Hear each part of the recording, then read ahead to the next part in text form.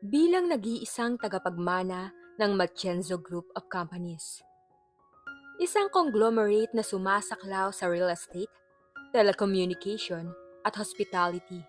Si Jacob ay nakasanayan na sa kapangyarihan at kayamanan. Ang kanyang pangalan ay nagbubukas ng bawat pinto. Ang kanyang kagandahang lalaki ay nagpapalingon sa bawat babae. At ang bawat salita niya ay nagiging batas sa loob ng kanyang imperyo. Ngunit sa likod ng perpektong maskara ng tagumpay, may bahagi ng kanyang kaluluwa na nananatiling walang laman. Sir Jacob, tapos na po ang meeting ng board. Naghihintay po si Mr. De La Cruz para sa inyong final review ng Singapore proposal.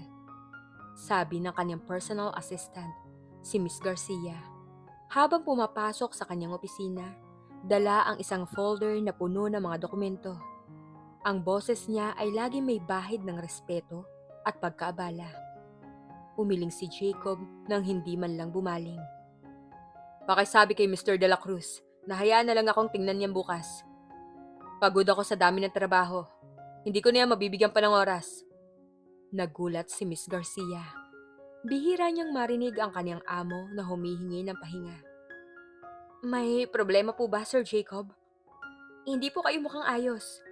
Mukhang may malalim po kayong iniisip na nagpapagulo sa isip niyo. Bumuntong hininga si Jacob at sa wakas ay humarap. Ang kanyang mga mata na karaniwang matatalim at determinado ay may bahid ng pagod. Wala, Miss Garcia. Naisip ko lang, ano ba talaga ang halaga ng lahat ng to? Ano ba ang halaga ng lahat ng pinaghihirapan ko? Ng lahat ng to, Sir Jacob? Tanong ni Miss Garcia, tila hindi maintindihan. Ang Matienzo Group, ang inyong mana, ang inyong tagumpay. Ito po ang bunga ng inyong pagsisikap at ang pangarap ng inyong ama. Oo, ang pangarap niya. Pero ang sakin, hindi ko na alam. Parang nawawalan na ako ng pakiramdam sa bawat achievement. Parang may kulang pa rin. Parang hindi pa rin ako masaya sa mga nangyayari sa buhay ko. Sagot ni Jacob, tila malayo ang tingin. Marahil po kailangan niyo lang ng magpahinga. Magbakasyon po kayo. Sa private island niyo sa Palawan po. O sa villa niyo sa may Tuscany. Mungkahi ni Miss Garcia. Ngumiti si Jacob. Isang malungkot na ngiti. Laging ganon. Pagpagod, magbabakasyon. Pag malungkot, bumili ng bagong kotse. Walang kasama, puno ang schedule ng mga social events. Lahat may solusyong may kaugnayan sa halaga ng pera. Pero ang tunay na kaligayahan, tunay na pagmamahal, hindi ko pa rin mahanap sa dami ng aking yaman. Ano ba talaga ang silbi ng lahat ng to kung hindi ko naman mahanap ang tunay na kasiyahan? Tumango si Miss Garcia. Batid niya na kung gaano kayaman si Jacob. Nanatili itong walang asawa at walang matatag na relasyon. Ang kaniyang mga nakaraang nobya ay palaging naiiwan dahil sa pagkaabala niya sa trabaho o dahil sa hinala niyang ang mga ito ay hinahabol lamang ang kaniyang kayamanan. May pupuntahan po pala kayo ngayon, Sir Jacob. Dinner po kasama si Senator Reyes at ang kaniyang anak na babae. Business dinner po. Pero may bahid din po ng personal. Dagdag ni Miss Garcia habang sinisilip ang kanyang tablet. Muling bumuntong hininga si Jacob. Cancel the dinner, Miss Garcia. Kausapin mo na lang si Senator Reyes personally. Sabihin mo may emergency family matter. Wala akong ganang makipag-usap ngayon. Pero, Sir Jacob, importante po to sa nalalapit na proyekto sa infrastructure. Hindi po pwedeng i-cancel ang pag-uusap. Pagputol ni Miss Garcia. Mas importante ang kapayapaan ng isip ko. Giit ni Jacob at sa pagkakataong yon, ang kanyang boses ay may bahid na ng otoridad na hindi na masasalungat. Kailangan ko muna mag-isa. Kailangan ko munang hanapin kung ano nga bang tunay na kasiyahan. Hindi ko na malaman. Alam kong nasa akin na ang lahat, pero parang may kulang pa rin. Lumabas si Miss Garcia.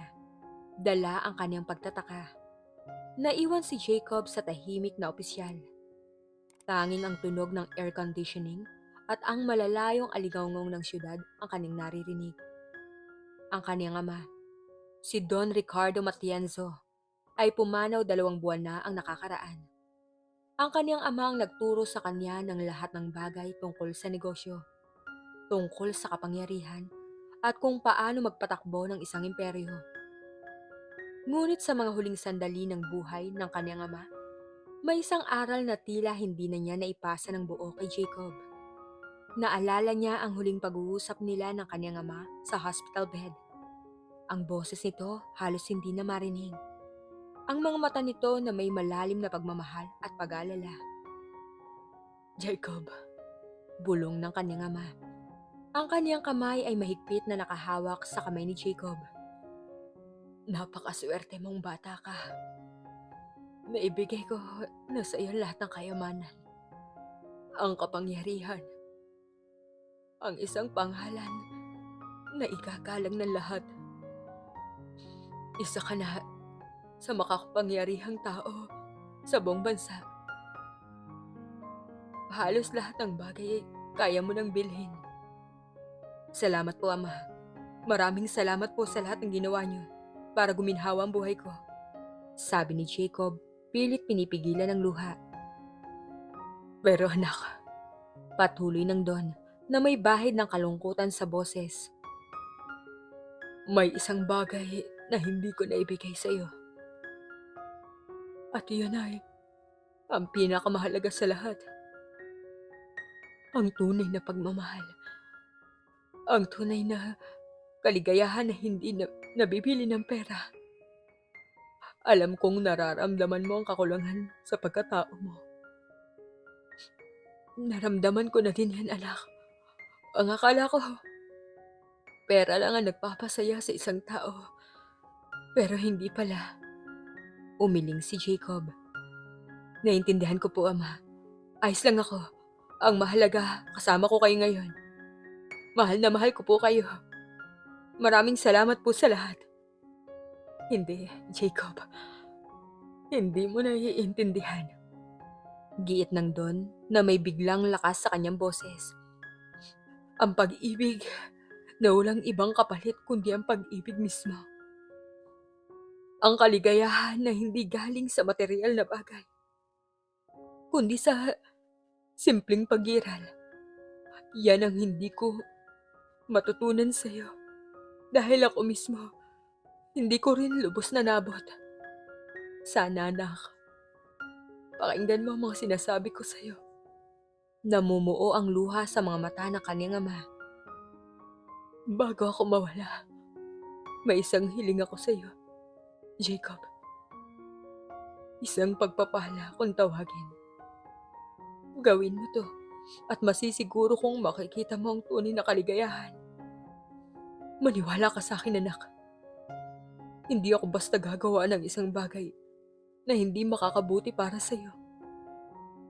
Napangiti si Jacob sa kanyang ama.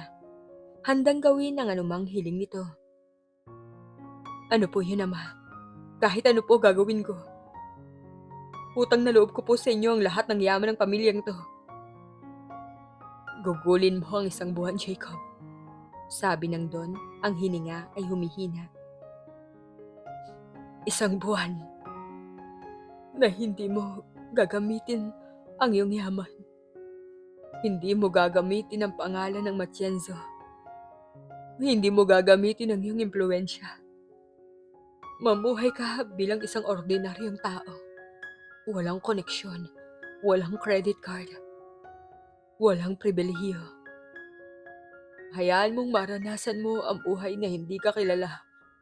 Ang buhay na hindi ka sinusukat sa kung gaano ka kayaman, kundi sa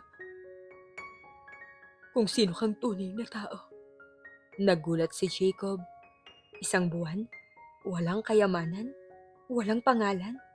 Para sa isang taong laging nakagapos sa kanyang kayamanan at reputasyon, ito ay tila isang imposibleng hamon. Pero Ama, bakit? Paano ko gagawin yun? Hindi naman ako sanay na walang pera. Baka mahirapan lang ako. Dahil yun lamang ang paraan upang malaman mo ang halaga ng tunay na pagkatao. Hayaan mong ang mundo ang magturo sa iyo. Hayaan mong ang puso mong ang umasa sa iba, hindi ang wallet mo. Yan ang pamana ko sa'yo, Jacob. Ang paghahanap sa tunay na ikaw. Dito mo makikilala kung sino ka talaga. Paliwanag ng Don. May matamis na ngiti sa mga labi. Sa huling paghina ng kanyang ama, humigpit ang hawak nito sa kanyang kamay. Pangako, Jacob, nagagawin mo to. Hindi ko to sinasabi para sa kagustuhan ko, anak. Sinasabi ko to para maging masaya ang buhay mo. Dahil, Jacob, anak ko, ikaw ang buhay ko. Pangako po, Ama, gagawin ko po ang kagustuhan niyo. Mahal na mahal ko po kayo, sabi ni Jacob, kahit puno ng pagdududa ang kanyang puso. Yun ang huling salita niya sa kanyang ama. 2 buwan na ang lumipas. Ang pangako ay laging nasa likod ng kanyang isip. Isang anino sa kanyang abalang buhay. Ngayon, sa harap ng kanyang walang laman na tagumpay, naramdaman niya ang tawag ng kanyang ama. Marahil panahon na upang tuparin ang pangakong yun. Miss Garcia, tawag ni Jacob sa intercom. Mag-book ka ng flight para sa akin papuntang New York City. Isang one-way ticket sa economy class. Ngayong gabi, bilisan mo. At ayoko na may masasayang na oras. Ngayong gabi po, Sir Jacob? At economy class? Bakit naman po? Tanong ni Miss Garcia, tila hindi makapaniwala. May schedule po kayo bukas sa Hong Kong. Cancel all my schedules for the next month, Miss Garcia. Sabihin mo na lang sa lahat na kailangan kong mag-isolate para sa personal reasons. Walang makakaalam kung nasaan ako. Hindi ka rin makikipag-ugnayan sa akin. Kung may emergency, si Carlo na lang ang bahala. Siya ang magiging representative ko. Si Carlo ang kanyang pinagkakatiwalaang operations manager. Pero Sir Jacob, hindi po pwedeng ganito. Pagtutol ni Miss Garcia na may pag-alala. Paano po ang Matienzo Group ng 1 buwan ng walang direksyon mula sa inyo? Baka kung ano ang problema po yung mangyari. Kaya niyo yan, Miss Garcia, sabi ni Jacob na may bagong determinasyon sa kanyang boses. At saka may pinagkakatiwalaan ako. Kailangan ko lang ng oras para sa sarili ko. Walang makakalam. Walang koneksyon. Pakiusap. Sundin mo na lang sinasabi ko sa'yo. Hindi maintindihan ni Miss Garcia, ngunit alam niyang hindi niya masasalungat ang kanyang amo. May kakaibang kislap sa mga mata ni Jacob na matagal na niyang hindi nakita. Kislap ng paghanap ng bagong adventure. Sa loob ng ilang oras, naghanda si Jacob. Hindi siya nagdala ng kanyang mamahaling maleta. Naghanap siya ng isang lumang backpack sa kanyang bodega na dati niyang ginagamit noong nag-aaral pa siya sa kolehiyo. Nilagyan niya yon ng ilang simpleng damit, isang lumang pares ng sapatos at ilang $100 na cash. Ang tanging pera na gagamitin niya sa unang linggo. Ang kanyang designer watch ay pinalitan niya ng isang simpleng relo. Ang kanyang mamahaling cellphone ay iniwan niya. Bumili siya ng isang prepaid phone na may 0 balance. Bago siya lumabas ng penthouse, tumingin siya sa kanyang sarili sa salamin. Ang isang Jacob Matienzo na kilala ng lahat ay nawawala. Ngayon, siya ay isang ordinaryong tao. Walang pangalan, walang yaman, walang impluensya. Ito ay isang bagong buhay, isang pagkakataon upang matuklasan ang isang bahagi ng kanyang sarili na hindi niya pa nakikilala. Sa gitna ng kanyang pagdududa, may maliit na spark ng kaguluhan at pag-asa. Paalam, Jacob Matienzo. Paalam sa sarili ko na binalot ng yaman simula sa pagkabata ko. Paalam dahil hahanapin ko muna ang sarili ko at aalamin ko munang kung ano ba talaga ang sinasabi ni Ama. Bulong niya sa sarili habang lumalabas sa pintuan ng kanyang marangyang penthouse. Ngayon, sino ka nga ba? Ang paglapag sa John F. Kennedy International Airport ay isang malaking pagbabago para kay Jacob.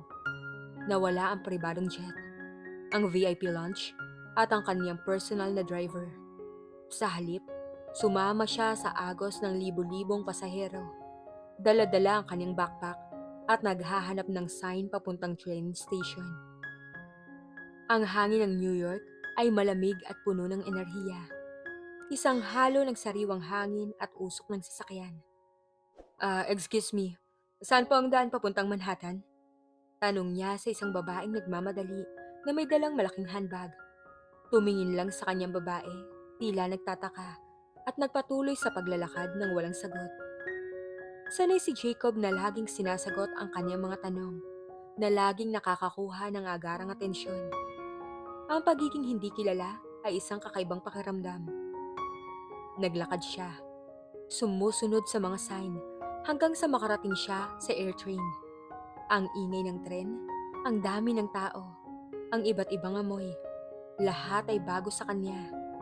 Sanay siyang magmaneho ng kanyang sariling sasakyan sa syudad o kaya ay nakasakay sa likod ng kanyang limousine. Ngayon, nakikipagsiksikan siya sa mga estranghero, nakikinig sa iba't ibang lengguwahe at nakatingin sa mga muka na may iba't ibang kwento. Pagdating niya sa Manhattan, agad niyang naramdaman ang bigat ng kanyang misyon. Ang New York ay isang syudad ng mga pangarap, ngunit ito rin ay isang syudad ng mga hamon. Sa daang-daang dolyar na cash lang sa kanyang bulsa, alam niyang kailangan niya maging matalino at maparaan. Ang unang hamon, tirahan. Naglakad siya sa mga kalye, nakatingin sa mga neon lights at mga matatayog na gusali. Ang bawat sulok ay puno ng buhay, ng mga negosyo, ng mga taong nagmamadali. Nahanap niya ang isang murang hotel sa Lower East Side. Ang kanyang unang tirahan na hindi katulad ng anumang hotel na kanyang pinagkakaabalahan. Isang gabi po, magkano? Tanong niya sa babaeng naka-duty sa front desk na may tattoo sa braso. $50, sagot ng babae. Hindi man lang siya tinapunan ng tingin. Shared room, 8 beds. Shared bathroom. Nanlaki ang mga mata ni Jacob. $50? Para sa isang shared room? Sa buong buhay niya, ang pinakamura niyang hotel ay nagkakahalaga ng libu-libong dolyar bawat gabi. Ngunit wala siyang pagpipilian. Okay, sabi niya, iniabot ang eksaktong halaga.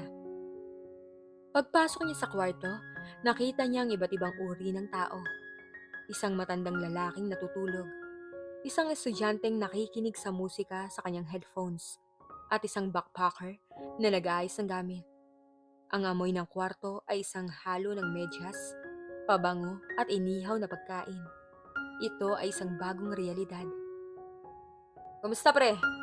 Bati ng backpacker. Isang lalaking kasing edad niya na may balbas at malalim na ngiti. Bagong dating? Ako si Mike, taga California. Ngumiti si Jacob. Ang kanyang ngiti ay hindi kasing kinis ng dati. Ako si Jake, sabi niya, gamit ang bagong pangalan. Jake de la Cruz, taga Pinas, bagong dating. Welcome sa Big Apple, Jake, sabi ni Mike. Mahirap pero masaya, basta sipagan mo lang. Sa mga sumunod na araw, naramdaman ni Jacob ang tunay na kahulugan ng salitang mahirap. Bawat pagkain ay pinag-iisipan niya. Bawat biyahe sa subway ay isang pagsubok. Nagsimula siyang maghanap ng trabaho. Ang kanyang resume na puno ng karanasan sa CEO level ay walang silbi dito. Hindi siya makapagtrabaho sa anumang kumpanya ng Matienzo. Hindi niya rin pwedeng gamitin ang kanyang totoong pangalan. May experience ka ba sa construction, iho? Tanong ng isang foreman. Nang mag-apply siya bilang construction worker. Wala po akong experience, sagot ni Jacob na nahihiya. Ang kaniyang mga kamay ay sanay sa paghawak ng mga pen at dokumento, hindi martilyo at pako. Sorry, kailangan namin ng may experience. Mahirap magtrabaho dito nang walang karanasan. Baka kung ano lang mangyari sa'yo. Baka maaksidente ka pa, iho, sabi ng foreman. Sinubukan niya ring mag-apply bilang barista, waiter, dishwasher. Lahat ng maliliit na trabaho na hindi nangangailangan ng mataas na kwalifikasyon. Ngunit sa bawat pagtanggi, naramdaman niya ang frustration. Sa isang pagkakataon, nakita niya ang isang sign na Help Wanted, Flyer Distributor. Walang pagpipilian, pumasok siya. Kailangan ko ng tao na magkakalat ng flyers para sa mga condo units na binebenta ko. Ang gusto ko, yung masipag at hindi nagpapahinga, sabi ng babaeng nasa likod ng desk na abala sa kanyang laptop. Ang boses niya ay malinaw at may otoridad. Kailangan ng pasensya, lakad, at tibay ng sikmura. $50 per day. Cash. Tumingin si Jacob sa babae. May mga salamin ito, nakatali ang buhok, at may bahid ng pagod sa kanyang muka. Ngunit sa likod ng pagod, may kislap ng determinasyon sa kanyang mga mata. Siya si Patricia Ramos, isang real estate agent na nagtatrabaho ng gusto upang makamit ang kanyang mga pangarap sa syudad. Kaya ko po.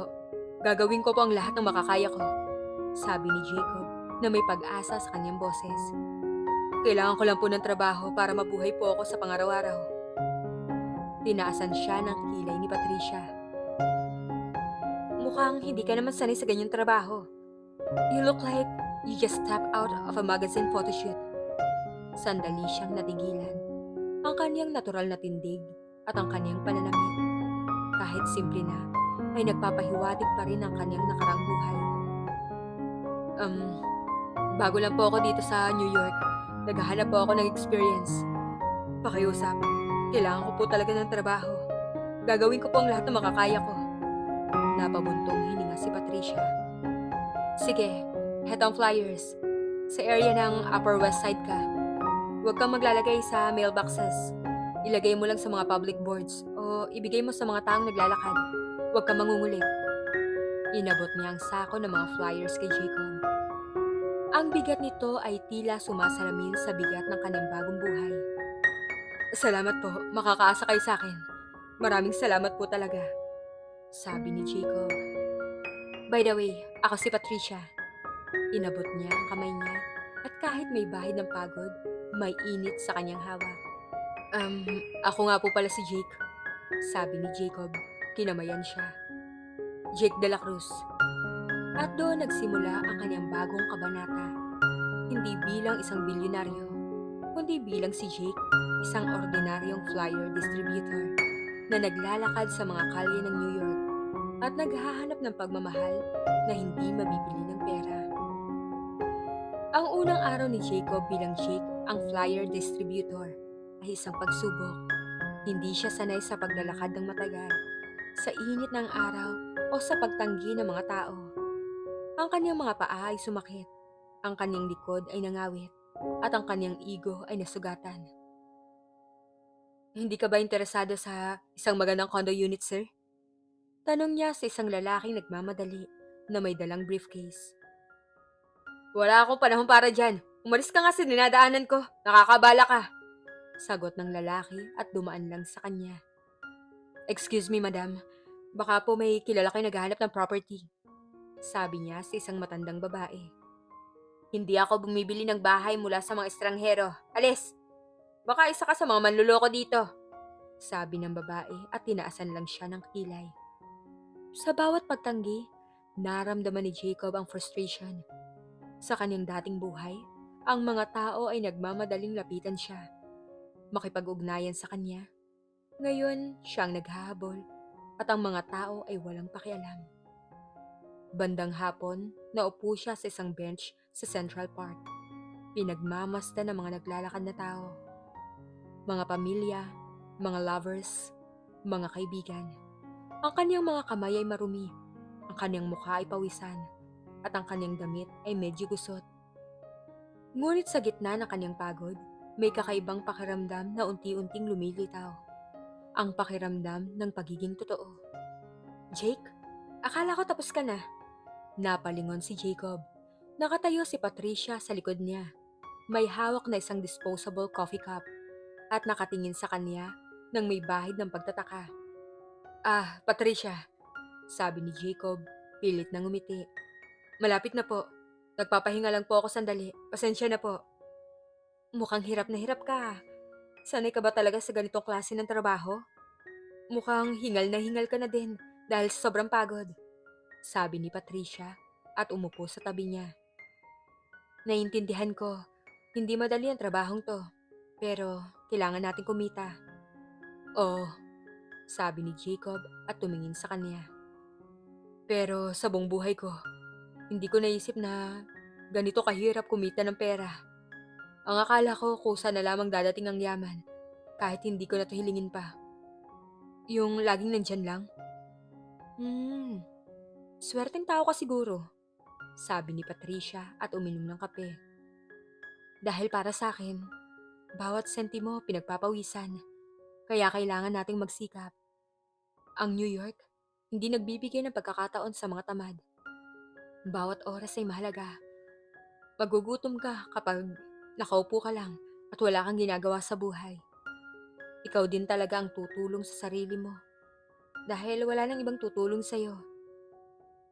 Saan ka ba galing? Tanong ni Jacob, curious. Galing sa isang showing, may isang client na interesado sa isang townhouse sa West Village. Paliwanag ni Patricia. Sana matuloy. Kailangan ko ng komisyon eh. Ang renta dito sa New York napakamahal. Ikaw lang mag-isa rito? Tanong ni Jacob. Tumango si Patricia. Oo, dito ako lumaki. Pero ang pamilya ko nasa New Jersey. Ako lang ang naglakas loob na manirahan sa New York para sundin ang aking pangarap na maging successful na real estate agent. Well, mahirap, pero gusto ko ang hamon. Nakaramdam si Jacob ng paghanga sa determinasyon ni Patricia. Sa kanyang dating mundo, ang mga babae ay umaasa sa kanya para sa kanilang mga pangarap. Ngunit si Patricia ay may sariling pangarap at nakikipaglaban siya para dito. Saan ka naman tumutuloy, Jake? Tanong ni Patricia. Sa isang hotel lang sa Lower East Side. Sagot ni Jacob, nahihiya. Hotel? Sa Lower East Side? Nanlaki ang mga mata ni Patricia. Mahirap doon. Sigurado ka bang ayos ka lang? Nakakaawa ka naman pala. Ayos lang po, sana yan lang. Sabi ni Jacob at ngumiti. Salamat sa trabaho, Patricia. Malaking tulong to. Sana isang araw makabawi ako sa'yo. Sana masuklian ko ang kabutihan mo. Sa dami ng inaplayan kong trabaho, ikaw lang ang nagtiwala, tumanggap sa akin ng walang pag-alinlangan. Ay, walang anuman. Basta sipagan mo at maging totoo sa mga tao. Payo ni Patricia. Ang tiwala, mas mahalaga kaysa sa benta. Tandaan mo yan, Jacob. Sa mga sumunod na araw, naging bahagi ng routine ni Jacob ang pamamahagi ng flyers para kay Patricia. Unti-unti siyang nasasanay sa paglalakad, sa pagtanggi, at sa mga kakaibang tanawin ng syudad. Sa bawat araw, nakakasalamuha niya ang iba't ibang uri ng tao. Isang musikero sa subway, isang matandang lalaki na nagbabasa ng diaryo sa parke, isang pamilya na nagpipiknik, iba't ibang kwento, iba't ibang pangarap. Minsan kasama niya si Patricia na kumakain ng hotdog sa isang street vendor. Ang bawat kagat ay puno ng kasiyahan. Isang uri ng kaligayahan na hindi niya naramdaman sa mga mamahaling restaurant. Masarap no? Tanong ni Patricia habang kinakain ang kanyang hotdog. Oo, hindi ko naisip na masarap pala ang street food. Akala ko dati, hindi ko matitikpan ang ganitong klase ng mga pagkain. Sabi ni Jacob na may ngiti sa labi. Ganyan talaga ang New York, sabi ni Patricia.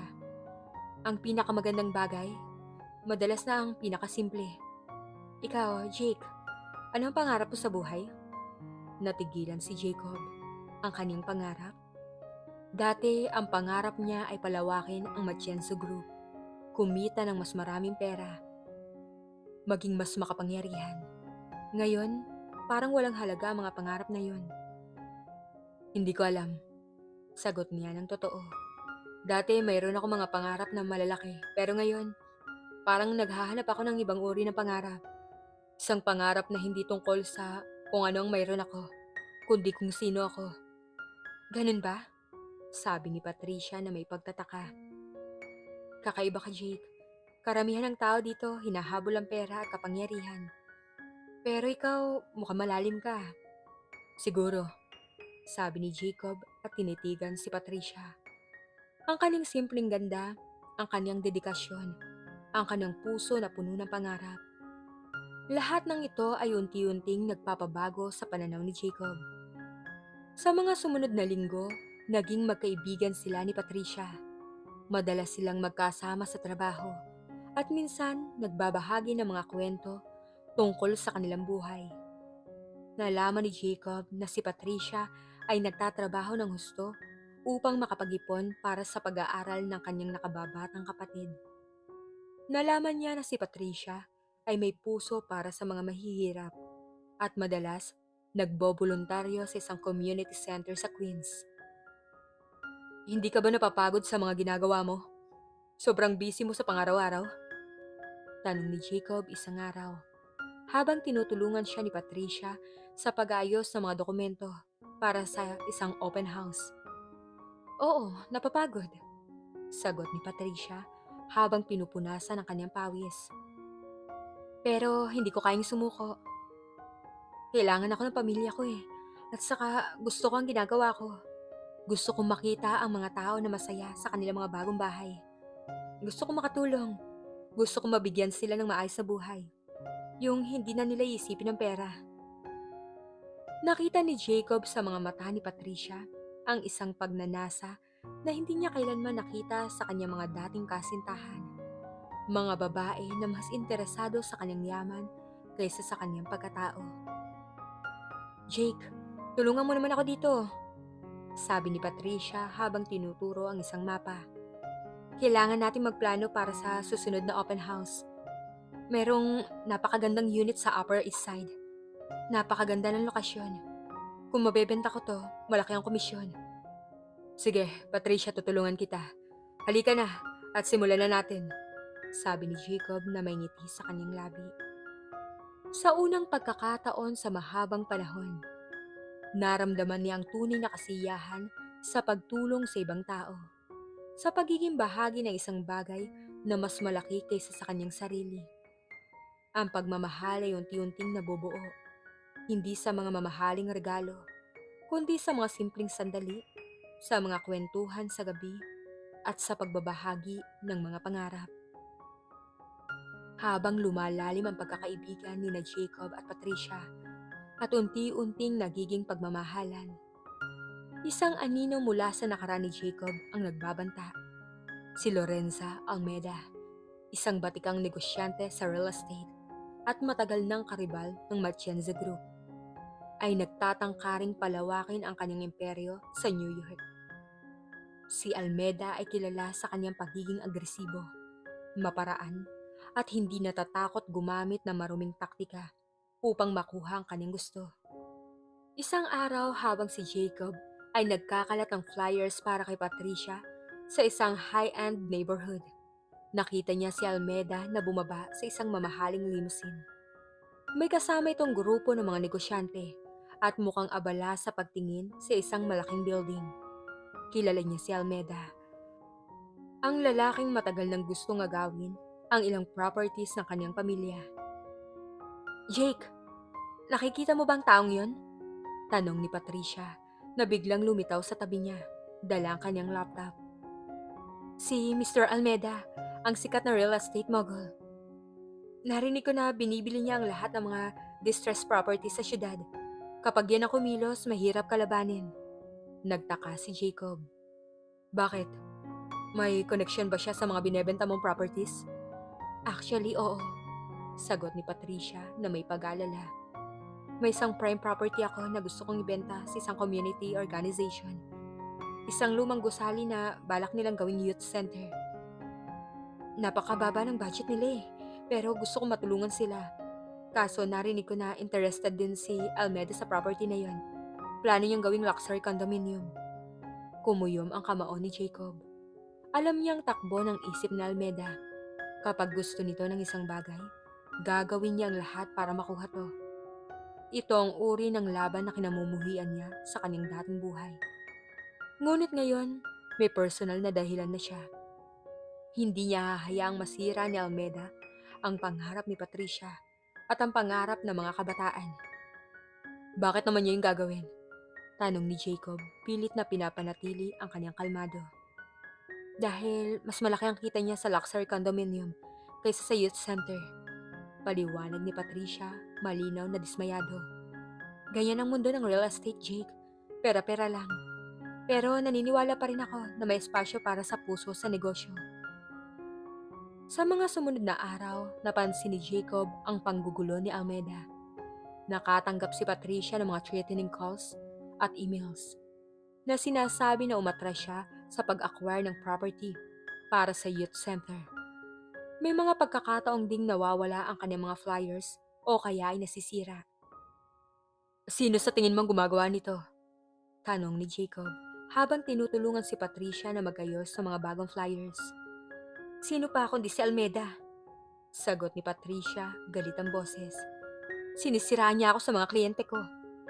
Sinasabi niya na unprofessional ako at hindi ako mapagkakatiwalaan. Narinig ko rin na inaalok niya ang mga may-ari ng property ng mas malalaking halaga para lang hindi nila ibenta sa akin. Ang hirap niyang kalabanin.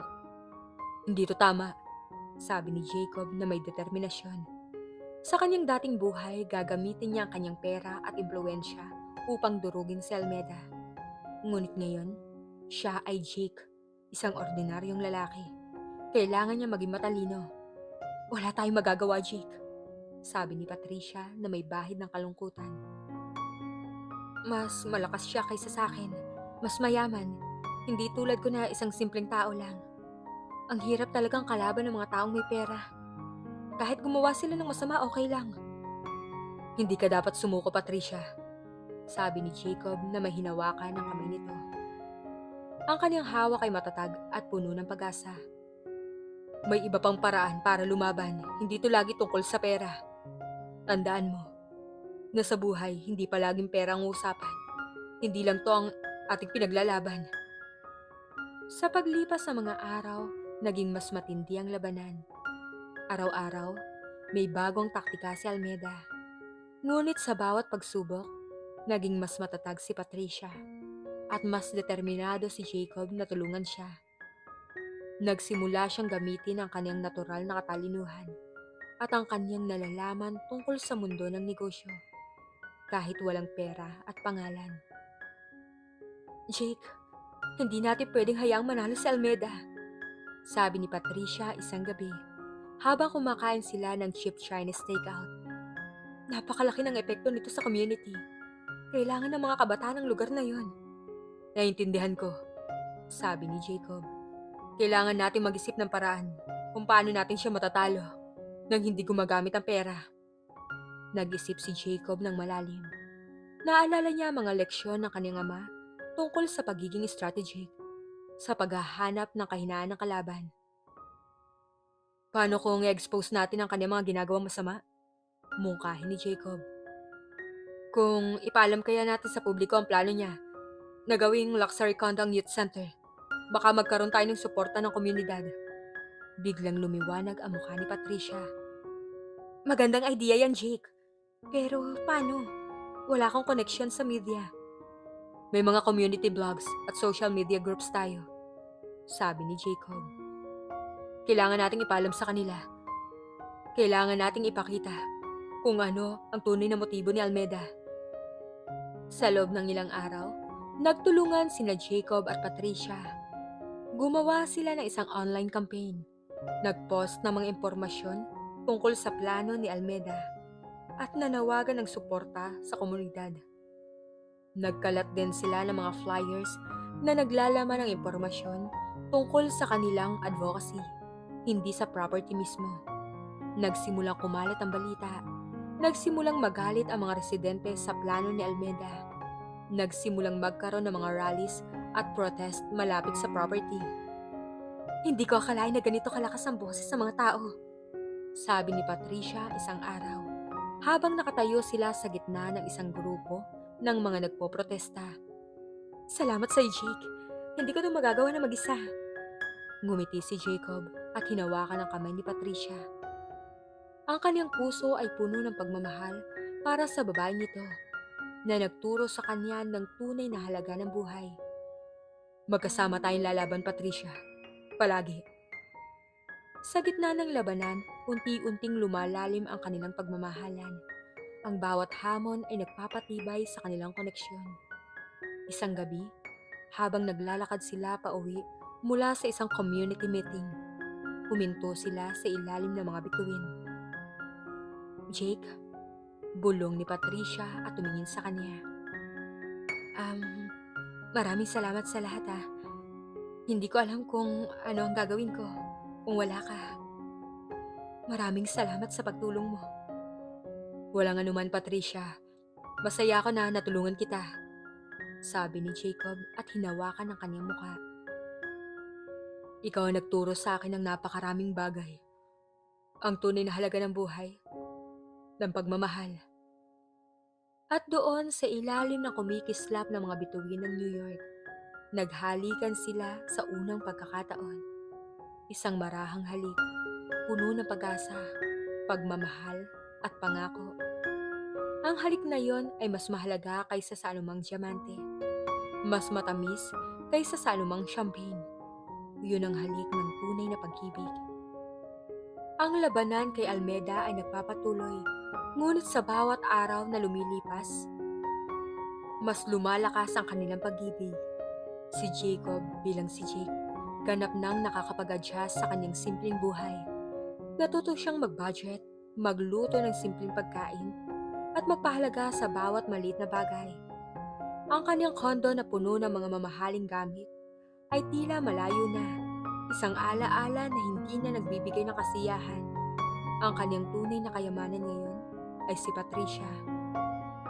Isang araw habang nag-e-edit sila ng isang video para sa kanilang online campaign laban kay Almeda, napansin ni Patricia ang kanyang pagkakabalisa. Jake, okay ka lang ba? Tanong ni Patricia na may pag-alala. Parang malalim ang iniisip mo nitong mga nakarang araw. Bumuntong hininga si Jacob. Malapit na. Malapit nang matapos ang isang buwan. Ang deadline na itinakda ng kanyang ama. Kailangan niyang sabihin kay Patricia ang katotohanan. Ngunit paano? Paano niya ipapaliwanag na ang lalaking minahal niya ay hindi si Jake de la Cruz, kundi si Jacob Matienzo? Isang bilyonaryo na naglalaro ng ordinaryong tao. Natatakot siyang saktan siya, na baka mawala ang lahat ng pinagsamahan nila. Oh, Patricia, ayos lang ako, sagot ni Jacob, na pilit na ngumiti. Naisip ko lang tungkol sa atin, sa hinaharap. Ang hinaharap? Tanong ni Patricia na may kislap sa kanyang mga mata. Ano yun? Mahal na mahal kita, Patricia, sabi ni Jacob at hinawakan ang kanyang kamay. At gusto ko maging tapat sa iyo. May kailangan ako sabihin sa iyo. Isang napakahalagang bagay. Ano yun, Jake? May tinatago ka ba sa akin? Tanong ni Patricia na may pagtataka. Pero hindi pa tong tamang oras, sabi ni Jacob dahil alam niyang kailangan niya ng tamang setting, tamang pagkakataon. Kailangan niyang iparamdam sa kanya na ang kanyang pagmamahal ay totoo. Hindi lamang isang laro. Sa Sabado ng gabi, gusto kong mag-dinner tayo. Isang special dinner sa isang lugar na tahimik. Para namang masabi ko sa iyo ng maayos, yung walang pag-alinlangan. Ngumiti si Patricia. Sige, masaya ako. Pero ikaw magluluto ha. Alam kong masarap ka magluto ng pasta. Oo, sabi ni Jacob at niyakap siya. Sa kanyang isip, nagpaplano na siya ng paraan kung paano niya sasabihin ang katotohanan. Umaasa siyang maiintindihan niya. Umaasa siyang sapat ang kanilang pagmamahal upang malampasan ang kasinungalingan. Ngunit ang kapalaran ay may ibang plano. Sa huling araw ng kanyang ordinaryong buhay, habang papalapit na ang gabi ng kanilang special dinner, nagkaroon ng isang malaking kaganapan sa real estate community, ang New York Real Estate Gala. Isang prestihiyosong event na dinadaluhan ng lahat ng mga bigating pangalan sa industriya. Dahil sa tagumpay ng kanilang online campaign at sa pagtaas ng popularidad ni Patricia bilang isang social conscious agent, naimbitahan din siya. Jake, hindi ako makapaniwala, sabi ni Patricia na tuwang-tuwa habang sinusuot ang kanyang simpleng black dress. Naimbitahan ako sa gala. Ito ang pinakamalaking event sa industriya. Sana makakita ako ng mga potential investors para sa youth center project. Sasamahan kita, Patricia, sabi ni Jacob na may pag-alala. Alam niyang nandun din si Almeda At paano kung makita siya ng kanyang mga kakilala? Hindi, Jake, sabi ni Patricia. Napakalaki ng event na to. Hindi to lugar para sa atin. Wala kang suit at saka ayoko mapahiya ka. Promise, babalik ako kagad. Sana makakita ako ng tulong para sa project. Pasensya ka na talaga ha. Naintindihan ni Jacob ang kanyang sitwasyon. Hindi niya pwedeng ibunyag ang kanyang pagkakakilanlan doon. Sige Patricia, mag-iingat ka. At alalahanin mo ang ating dinner mamaya. Sabihin mo lang kung kailan ka makakauwi. Hinalikan ni Patricia si Jacob sa pisngi at lumakad palabas. Hindi alam ang magaganap. Naiwan si Jacob sa maliit na apartment ni Patricia, puno ng pag-aalala. Ang kanyang cellphone na dati niyang hindi ginagamit ay biglang nag-ring. Isang tawag mula sa isang unknown number. Jacob, saan ka ba galing? Sigaw ng kanyang assistant, si Miss Garcia, na may panik sa kanyang boses. Ang Matienzo Group nagkakagulo.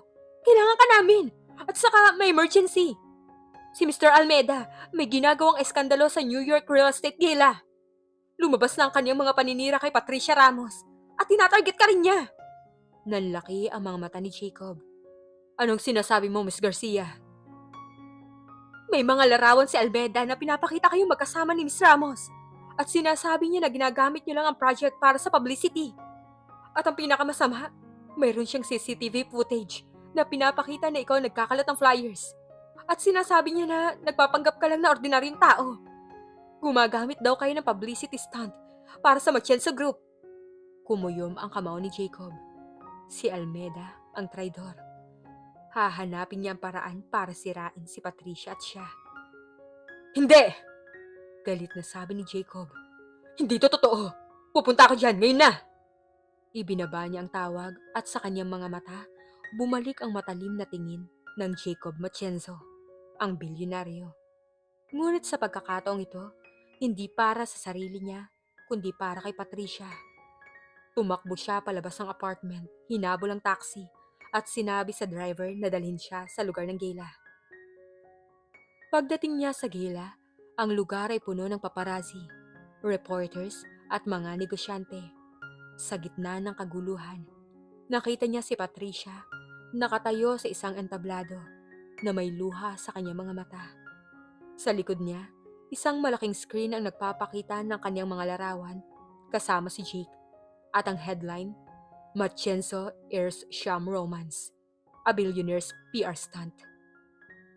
Nakita niya si Almeida nakangisi at nagbibigay ng interview sa mga reporters. Ang Matienzo Group ay gumagamit ng maruming taktika upang sirain ang aking reputasyon. Ang kanilang heir ay nagpapanggap na ordinaryong tao upang makuha ang atensyon ng publiko at ang properties. Isa tong malaking panluloko. Naramdaman ni Jacob ang sakit sa kanyang dibdib. Hindi ito ang paraan na gusto niyang malaman ni Patricia ang katotohanan. Lumakad siya patungo sa entablado. Ang bawat hakbang ay puno ng determinasyon. Patricia! Sigaw ni Jacob. Lumingon si Patricia at nang makita niya si Jacob, nanlaki ang kanyang mga mata. Ang lalaking minamahal niya. Ang Jake na kilala niya ay nakasuot ng simpleng damit. Ngunit ang kanyang tindig at ang kanyang mga mata ay nagpapakita ng isang kapangyarihan na hindi niya kailanman nakita. Jake? Bulong ni Patricia na may pagtataka. Nakarating si Jacob sa entablado at yumakap kay Patricia. Mahal ko, humihingi ako ng tawad. May kailangan akong ipaliwanag, pakiusap. Pakinggan mo muna sasabihin ko. Ngunit huli na. Ang mga reporters ay nagumpisa ng magtanong. Ang mga kamera ay nag-flash at si Almeida ay nakangisi. Hindi ka ba nahihiya, Mr. Matienzo? Tanong ng isang reporter na may mic sa kanyang bibig. Naglalaro ka lang ba sa damdamin ng babaeng ito para sa isang negosyo? Tumingin si Jacob sa mga tao, sa mga reporters, at sa wakas kay Patricia. Hindi, sabi ni Jacob. Ang kanyang boses ay malakas at malinaw, sa kabila ng ingay. Hindi to isang laro. Hindi to isang PR stunt. Mahal ko si Patricia at mali ang mga iniisip niyo. Jake, anong nangyayari? Tanong ni Patricia na may luha sa kanyang mga mata at tinulak siya palayo. Sino ka ba talaga? At ano bang tunay mong pagkatao? Binaling ni Jacob ang kanyang tingin kay Almeda. Mr. Almeda, ang mga paninira mo walang katotohanan. Hindi ko ginagamit ang aking pangalan, yaman o impluensya para sa aking personal na interes o para sirain ng iba. Kung gusto mo ng laban, harapin mo ako. Pero wag mong gamitin ang mga inosenteng tao. Ngunit huli na ang lahat. Sa mga mata ni Patricia, nakita ni Jacob ang galit, sakit at pagtataksil. Ang mundo na itinayo nila bilang Jake at Patricia ay gumuho. Hindi kita kilala. Hindi ko ang Jake na nakilala ko. Bulong ni Patricia at tumakbo palabas ng gila. Dala ang kanyang malaking sakit. Naiwan si Jacob sa entablado. Ang spotlight ay nakatutok sa kanya. Ngunit ang kanyang puso ay puno ng pagdurog. Ang kanyang kayamanan ay walang silbi ngayon. Ang kanyang kapangyarihan hindi makakapagpabalik sa babaeng minamahal niya. Kinabukasan, ang balita tungkol sa iskandalo sa gila ay kumalat sa buong New York. Si Jacob Matienzo, ang bilyonaryo, ay nasa lahat ng headline. Ang kwento ng kanyang pagpapanggap bilang si Jake de la Cruz, ang kanyang relasyon kay Patricia Ramos, at ang kanyang labanan kay Lorenza Almeda, naging isang mainit na topic sa social media. Bumalik si Jacob sa isang luxury apartment na inihanda ng kanyang assistant. Ang lahat ng kanyang kailangan ay naroon na. Ang kanyang designer clothes, ang kanyang mamahaling gadgets, ang kanyang mga personal na serbisyo. Ngunit ang lahat ng yon ay tila walang kabuluhan. Ang kanyang isip ay laging kay Patricia. Sir Jacob, may mga tawag po mula sa board, sa mga investors, at sa mga media outlets. Sabi ni Miss Garcia na may pag-alala. Sinasabi nilang kailangan niyo ng public statement. Kailangan niyo pong linisin ang inyong pangalan at ang pangalan ng Matienzo Group. Wala akong pakialam sa Matienzo Group. Sabi ni Jacob na walang buhay ang boses. Ang gusto ko lang makasama si Patricia. Umalis kayo sa harapan ko. Sinubukan niyang tawagan si Patricia, ngunit hindi ito sumasagot. Sinubukan niyang puntahan ang kanyang apartment, ngunit wala siya ron. Umalis siya ng walang bakas. Lumipas sa mga araw, si Jacob ay naglakad sa mga kalye ng New York. Bumalik sa mga lugar na pinagsamahan nila ni Patricia. Ang Central Park, ang hotdog stand, ang community center. Ngunit si Patricia ay walang bakas. Sinabi ko na sa'yo, Mr. Matienzo, sabi ni Lorenza Almeda na nilapitan siya sa isang restaurant habang si Jacob ay nag-isa. Hindi mo dapat nilalaro ang mga ordinaryong tao. Ngayon, tingnan mo ang nangyari. Nasira ang pangalan mo at nawala ang babaeng mahal mo. Ngunit sa pagkakataong yon, hindi na nagalit si Jacob. Ang sakit sa kanyang puso ay mas matindi kaysa sa galit. Naisip mo ba na masaya ka na ngayon, Mr. Almeda? Tanong ni Jacob. Naisip mo ba na nanalo ka na?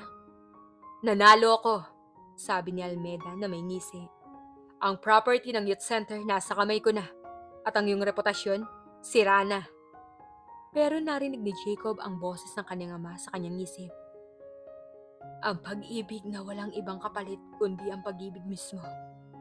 Ang kaligayahan na hindi galing sa material na bagay, kundi sa simpleng pag-iral. Hindi ka nanalo, Mr. Almeda, sabi ni Jacob na may bagong determinasyon sa kanyang mga mata.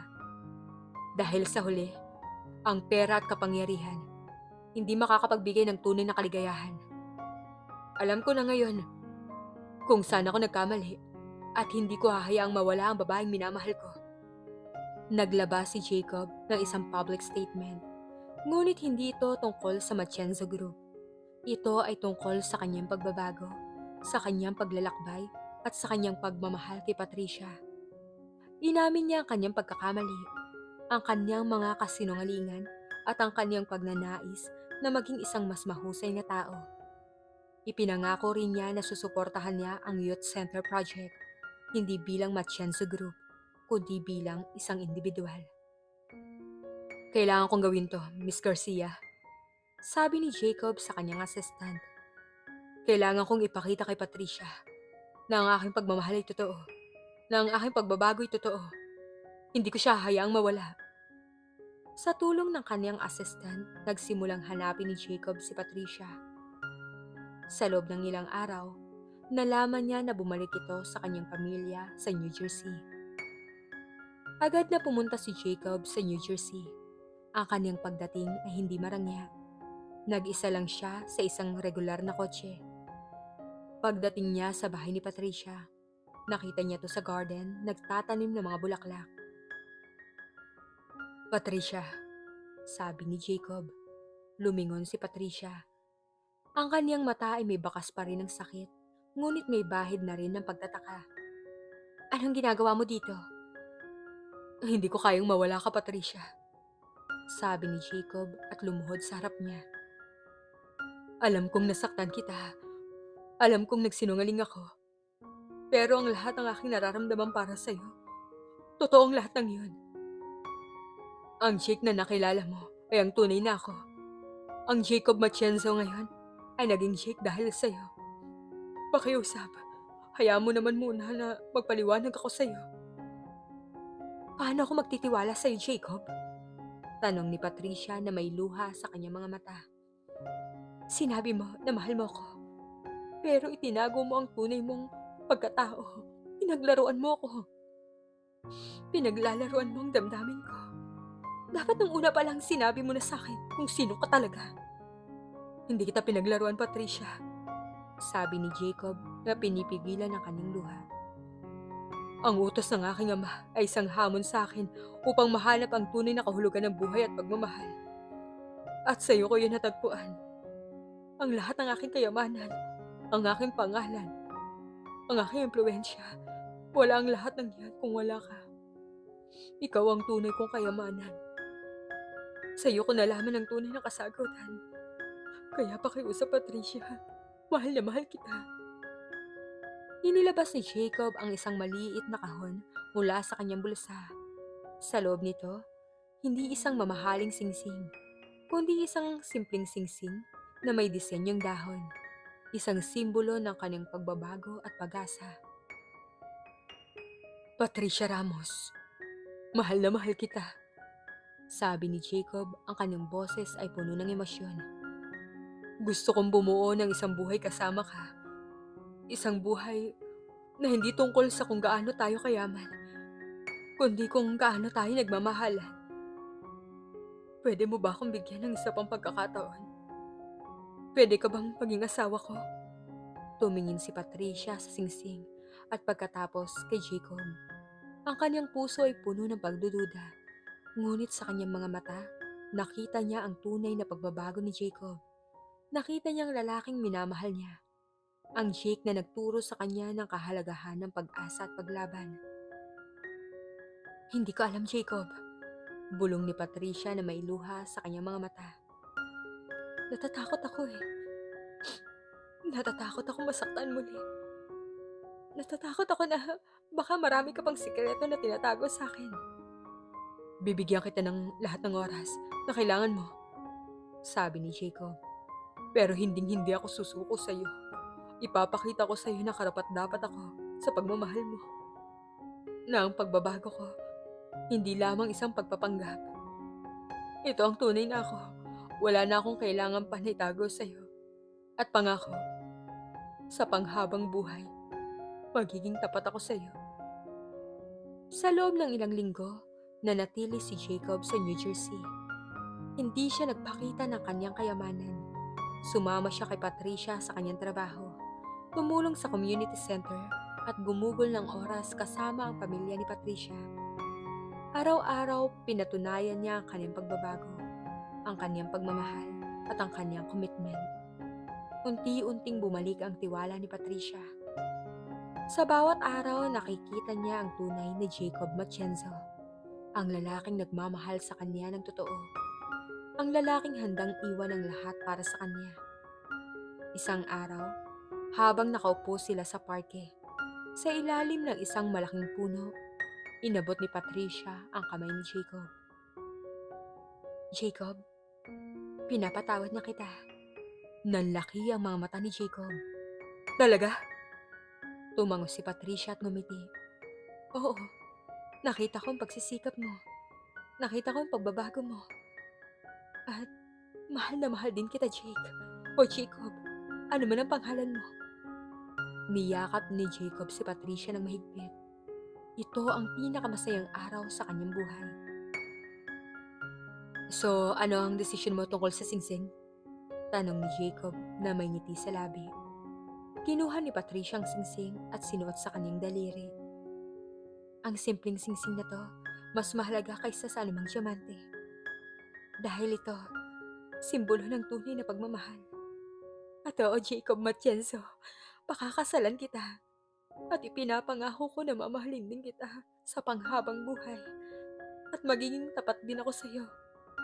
Tulad ng pangako mo na magiging tapat ka sa akin. Ang kasal ni na Jacob Matienzo at Patricia Ramos ay naging isang pambansang balita. Hindi ito isang marangyang kasalan sa isang grand ballroom, kundi isang simpleng seremonya sa isang maliit na simbahan sa New Jersey. Kasama ang kanilang mga pamilya at malalapit na kaibigan. Ito ay isang pagpapatunay na ang tunay na pag-ibig ay hindi nangangailangan ng yaman at kapangyarihan upang maging totoo. Si Jacob na nakasuot ng simpleng suit ay nakatingin kay Patricia na nakasuot ng isang elegante ngunit simpleng kasuotang pangkasal. Ang kanyang mga mata ay puno ng pagmamahal. Si Patricia na may ngiti sa kanyang labi ay lumakad sa aisle sa saliw ng isang simpleng kanta. Jacob Matienzo, tinatanggap mo ba si Patricia Ramos bilang iyong asawa upang mahalin at alagaan sa hirap at ginhawa, sa sakit at kalusugan, hanggang kamatayan ang maghiwalay sa inyo? Tanong ng pare.